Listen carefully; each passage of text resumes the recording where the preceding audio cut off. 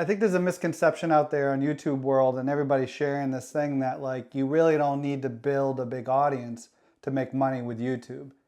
And that could be correct in some instances, but in some it really isn't. In this video, I'm going to show you one of my channels and how that drives revenue and why I think this whole thing going around that you don't need to build an audience is probably one of the biggest issues with new creators, and they don't really understand that yes, you do need eyeballs and how important that is. So I was using this for another video, but it's a great way to show what I think is extremely important at the moment. So obviously I'm talking about YouTube here, right? So driving views and traffic to YouTube from the content you create.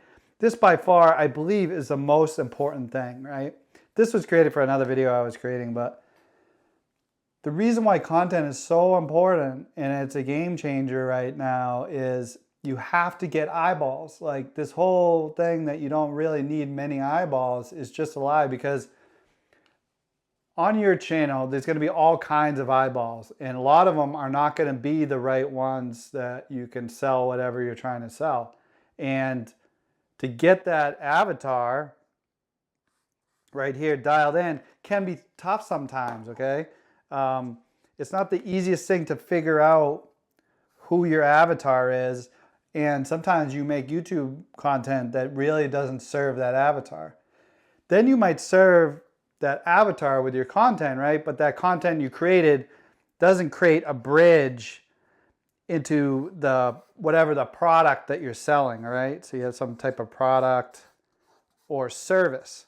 So you could be creating a video for a specific avatar, but it could be at top of the funnel, middle of the funnel, or at the bottom of the funnel, and it's not really serving that person in the way that's going to drive revenue for you, right? So what I'm trying to get at is content is extremely important. I'm going to show you an example on another channel that I have besides this one, which is the total opposite. This is being built right from scratch.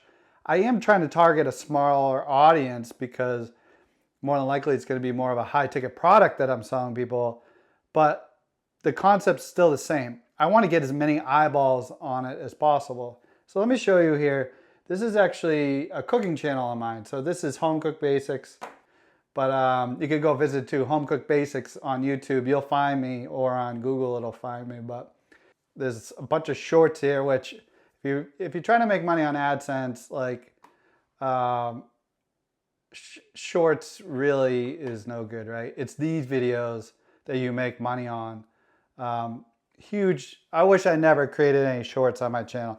But anyway, you barely get, like some of these got millions of views and made, you know, a couple $100. And then some of the other videos, long form, made $10,000.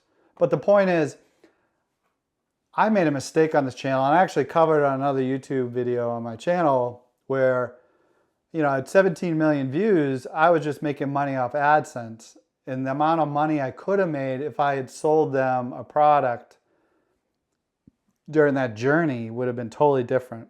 Like in the last 48 hours with 58,000 eyeballs, if I could have sold them something that was related, and I could have said in my video, you know, get my recipe book in the description. I mean, my gosh, like it would have been a game changer. But this is my point. I have an audience, right? There's only 55,000 subs, but as you can see, there's like 60,000 people in every 48 hours viewing my content. I made the mistake of never having that product and having a call to action in my videos. I just provided a great how-to on different recipes and different things in cooking. But if I had built a recipe book, my recipe book, and this audience that comes back here over and over, and this channel is still growing. I haven't made a video in this channel. I think I made a handful last year. And it's still growing. But if I had made that recipe book and sold it to some of these people, it would have been a game changer for me. And when he says you don't need an audience, right, and you only need a small one, the other benefit I have is I could get back in here and start serving this audience with something, right? And those videos that do pop off and do get views, now knowing what I know now, I could provide them something that would be benefit for them, but also be a game changer for me. So again, my point in this video is audience really does matter. It's really important to focus on this, right? Focus on content. Create as much content that you possibly can to get eyeballs on whatever you're trying to sell, right? This product down here. Create as much content as you possibly can. Create as many views as you can on all the platforms. And another thing I would really be concerned about getting too far into is like, there's a lot of people that say, just build on one platform and just focus on that. And I do get it. Like, if you don't have the time and it's a side hustle, I get it. And I've been there and I've done that.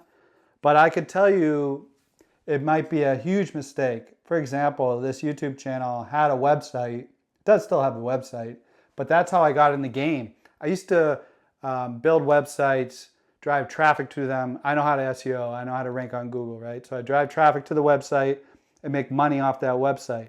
Well, this cooking website, the YouTube channel was originally made just to send traffic to my website and to help make my website rank better because it had video.